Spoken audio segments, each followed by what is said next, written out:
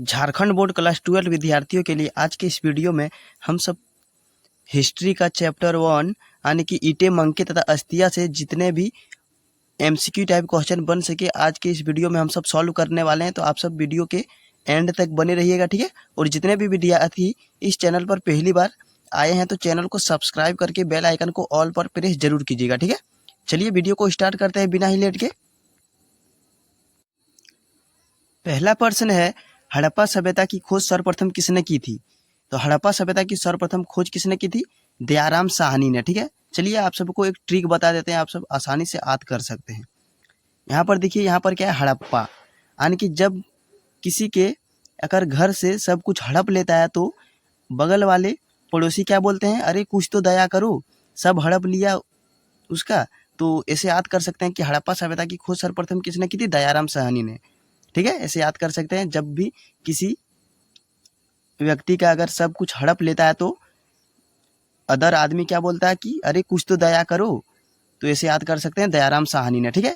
इसकी खोज जो है दयाराम साहनी ने 1921 में की थी, ठीक है। चलिए आगे देखते हैं दूसरा प्रश्न। दूसरा प्रश्न क्या है, हड़प्पा सभ्यता का सबसे बड़ा स्थल कौन सा है? यानी कि हड़प्पा सभ्यता का सबसे बड़ा स्थल क्या हो जाएगा? देखिए इसका सही आंसर हो जाएगा मोहनजोदड़ो, ठीक है। अगर ऑप्शन में राखीगढ़ी होता तो राखीगढ़ी इस प्रश्न का बिल्कुल ही सही आंसर हो जाता, क्योंकि यहाँ पर क्वेश्चन को इस टाइप में पूछना चाहिए था कि हड़प्पा सभ्यता का सबसे बड़ा नगर कौन सा। अगर नगर पूछा जाता तो मोहनजोदड़ो हो जाता, ठीक है। लेकिन ऑप्शन में राखीगढ़ी नहीं है तो इसका सही आंसर हो जाएगा मोहनजोदड़ो, ठीक है। चलिए आगे देखते हैं तीसरा प्रश्न। तीसरा प्रश्न है, ये भी इंपॉर्टेंट प्रश्न है, सिंधु घाटी सभ्यता में एकमात्र बंदरगाह कहाँ स्थित है? तो एकमात्र बंदरगाह कहाँ है? लोथल, ठीक है, लोथल। ऑप्शन नंबर जो देख रहे हैं लोथल, जो कि किस राज्य में है? गुजरात में है, ठीक है। चलिए आगे देखते हैं, रिपीट प्रश्न है। चौथा प्रश्न देखते हैं। चौथा प्रश्न भी बहुत इंपॉर्टेंट प्रश्न है, बुद्ध साहित्य के अनुसार भारत में कितने महाजनपदों का विकास हुआ है? तो कुल मिलाकर भारत में जो है 16 महाजनपदों का विकास हुआ है, ठीक है। और आप सभी को वीडियो अच्छा लग रहा है तो अपने दोस्तों के पास शेयर जरूर कीजिएगा, एक लाइक भी जरूर कीजिएगा, ठीक है, क्योंकि वीडियो बनाने में बहुत मेहनत लगता है। चलिए 5 नंबर का प्रश्न देखते हैं, अशोक के अभिलेख को सर्वप्रथम किसने पढ़ा? तो अशोक के अभिलेख को सर्वप्रथम किसने पढ़ा था? जेम्स प्रिंसेप ने, ठीक है। ऑप्शन नंबर जो देख रहे हैं आप सभी, सी नंबर, जेम्स प्रिंसेप ने सर्वप्रथम अशोक के अभिलेख को पढ़ा था, ठीक है। ये तो बहुत इंपॉर्टेंट प्रश्न है, प्रीवियस ईयर का क्वेश्चन है, ठीक है। इंडिका की रचना किसने की? तो इंडिका की रचना मेगास्थनीज के द्वारा किया गया था। ऑप्शन नंबर जो आप सभी देख रहे हैं, ए नंबर, मेगास्थनीज के द्वारा इंडिका की रचना की गई थी, ठीक है। आप सभी बताइएगा कमेंट करके कि अर्थशास्त्र के लेखक कौन है, ठीक है। अगला प्रश्न है, महाभारत का युद्ध कुरुक्षेत्र में कितने दिनों तक चला था? तो महाभारत का जो युद्ध है कुरुक्षेत्र में कुल मिलाकर 18 दिनों तक चला था, ठीक है। कितने दिन तक? 18 दिनों तक चला था, जो कि कौरवों और पांडवों के द्वारा यह युद्ध चालू किया गया था, ठीक है, जिसमें पांडव की विजय हुई थी, ठीक है। अगला प्रश्न है, 8 नंबर का प्रश्न पूछा गया आप सभी से, स्तूप किस धर्म से संबंधित है? तो स्तूप जो है बौद्ध धर्म से संबंधित है, ठीक है। सॉरी, ये जो है दूसरा चैप्टर का यहाँ पर क्वेश्चन आ गया, तो चलिए याद कर लीजिए, कोई बात नहीं। अगला प्रश्न है, महावीर स्वामी का जन्म कहाँ हुआ था? कहाँ हुआ है? तो महावीर स्वामी का जन्म जो हुआ था कुंडग्राम में, ठीक है, बिहार के। अगर ऑप्शन में आप सभी को वैशाली भी रहेगा ना, तो वैशाली भी जो इसका सही आंसर हो जाएगा, ठीक है। तो आप सब देख लीजिएगा कि ऑप्शन में किस टाइप का ऑप्शन दिया हुआ है, ठीक है। अगर कुंडग्राम रहेगा तो कुंडग्राम मारिएगा, नहीं तो वैशाली भी दे सकता है ऑप्शन में, ठीक है। 10 नंबर का प्रश्न आप सभी से पूछा गया है, पुराणों की संख्या कितनी है? तो पुराणों की संख्या कुल मिलाकर 18 है। देखिए पुराणों की संख्या 18 है, महाभारत का युद्ध भी 18 दिनों तक चला था, ठीक है। तो आप सभी ऐसे याद कर सकते हैं ट्रिक से। अगला प्रश्न है, अल-बरूनी को किस भाषा का जानकारी नहीं था? तो अल-बरूनी को किस भाषा का जानकारी नहीं था? इसको जो है यूनानी भाषा का जानकारी नहीं था, ठीक है। बाकी बात इसको जो है सीरियाई, फारसी, संस्कृत ये सब भाषा का ज्ञान था, लेकिन यहाँ पर जो है यूनानी भाषा को इसको ज्ञान की प्राप्ति नहीं थी, ठीक है। 12 नंबर का प्रश्न आप सभी से पूछा गया है, इब्न बतूता ने किस पुस्तक की रचना की है? इब्न बतूता के द्वारा जो है किस पुस्तक की रचना की गई है? तो इसका सही आंसर क्या हो जाएगा? इसका सही आंसर हो जाएगा, इसके द्वारा जो है किताब उर रेहला या फिर रेहला राय बोल सकते हैं, रेहला पुस्तक की रचना की गई है, ठीक है। आप सभी बताइएगा कि किताब उल हिंद जो है यह इसका रचना किसके द्वारा कराया गया है, ठीक है, किया गया है। आप सभी कमेंट करके जरूर बताइएगा, ठीक है। चलिए ये देख सकते हैं, ये प्रश्न जो है पीर का अर्थ क्या होता है। देखिए इस प्रश्न को जो है हाफ ईयरली एग्जाम में पूछा गया था, यानी कि अर्धवार्षिक परीक्षा में इस प्रश्न को पूछा गया था। आप सभी देख लीजिए जरूर, इस प्रश्न को अपने देख लीजिए कि इस प्रश्न को एकदम पूछा गया था डायरेक्ट प्रश्न। पीर का अर्थ होता है गुरु, ठीक है। ऑप्शन नंबर ए वाला इस प्रश्न का बिल्कुल ही सही आंसर हो जाएगा। अगला प्रश्न है, प्रसिद्ध सूफी संत मोइनुद्दीन चिश्ती का दरगाह कहाँ स्थित है। देखिए यहाँ पर सूफी संत मोइनुद्दीन चिश्ती का दरगाह पूछा गया, तो इसका सही आंसर हो जाएगा अजमेर। यहाँ पर अगर निजामुद्दीन औलिया का पूछता तो हो जाता दिल्ली, ठीक है। तो यहाँ पर प्रसिद्ध सूफी संत मोइनुद्दीन चिश्ती का दरगाह जो है अजमेर में स्थित है, ठीक है। 15 नंबर का प्रश्न आप सभी से पूछा गया है, अलवार संप्रदाय के लोग किस देवता की उपासना करते थे। तो अलवार संप्रदाय के लोग जो है विष्णु की पूजा करते थे, ठीक है। अलवार संप्रदाय के लोग जो है विष्णु की पूजा करते थे। वही अगर पूछा जाता कि नयनार, क्या नयनार संप्रदाय के लोग जो है शिव की पूजा करते थे, ठीक है।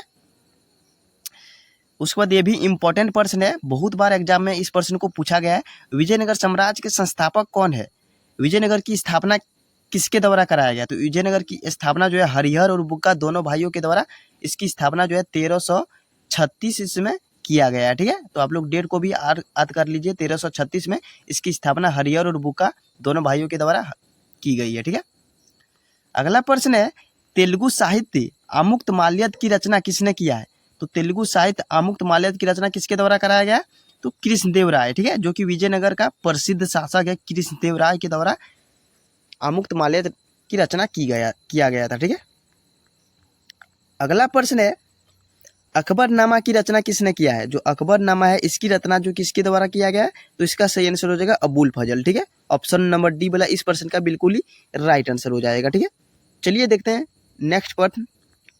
नेक्स्ट है, संथाल विद्रोह कब हुआ। तो संथाल विद्रोह जो कि सिद्धू कानू मुर्मू के क्या बोलते हैं दोनों भाई, संथाल विद्रोह जो कि 1855 में होता सिद्धू और कानू के द्वारा ना। चलिए आगे देखते हैं, दामिन ए को क्या है। तो दामिन ए को है संथालों की भूमि, ठीक है। ऑप्शन नंबर सी वाला इस प्रश्न का बिल्कुल ही सही आंसर हो जाएगा, ठीक है। थोड़ा यहाँ मिस्टेक हुआ है कि दूसरा चैप्टर का भी इसमें क्वेश्चन आ गया है, ठीक है। चलिए पिछले वीडियो अगला वीडियो में आप सभी को फिर से बता देंगे इस चैप्टर का प्रश्न, ठीक है।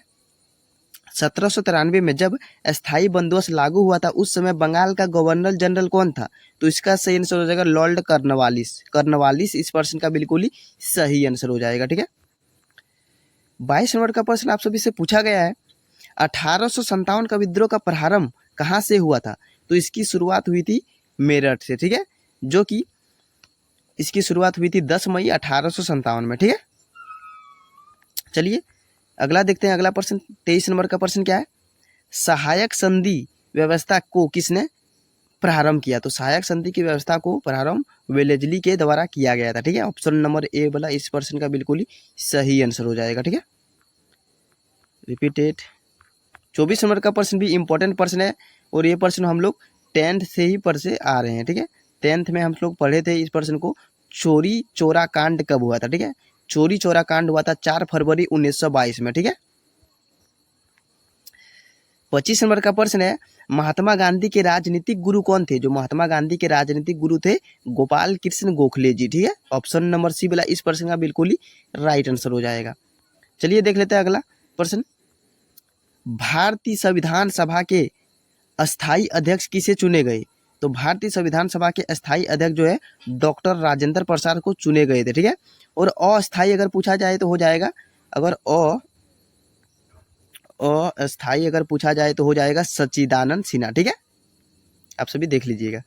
27 नंबर का प्रश्न है, भारतीय संविधान कब लागू हुआ। देखिए भारतीय संविधान जो लागू हुआ था 26 जनवरी 1950 को, ठीक है। ये बनकर तो तैयार हो गया था 26 नवंबर, यहाँ पर जो टिक गलत कर दिए, इसका सही आंसर हो जाएगा 26 जनवरी 1950, ठीक है। जो कि भारतीय संविधान बनकर तैयार कब हुआ था, 26 नवंबर 1949 को यह तैयार हो गया था, ठीक है। जो कि इसको लागू हुआ था 26 जनवरी 1950 में, ठीक है। चलिए 28 नंबर का प्रश्न देखते हैं, संविधान के निर्माण में कितने समय लगा था? संविधान के निर्माण में कुल मिलाकर 2 वर्ष 11 माह 18 दिन लगा था, ठीक है। इस प्रश्न को यह प्रश्न जो है सभी को पता होगा। 29 नंबर का प्रश्न जो, चलिए ट्रिक से देख लेते हैं। सिंधु घाटी सभ्यता की जुड़वा राजधानी थी, तो आप लोग याद किस प्रकार से कर सकते हैं इसको?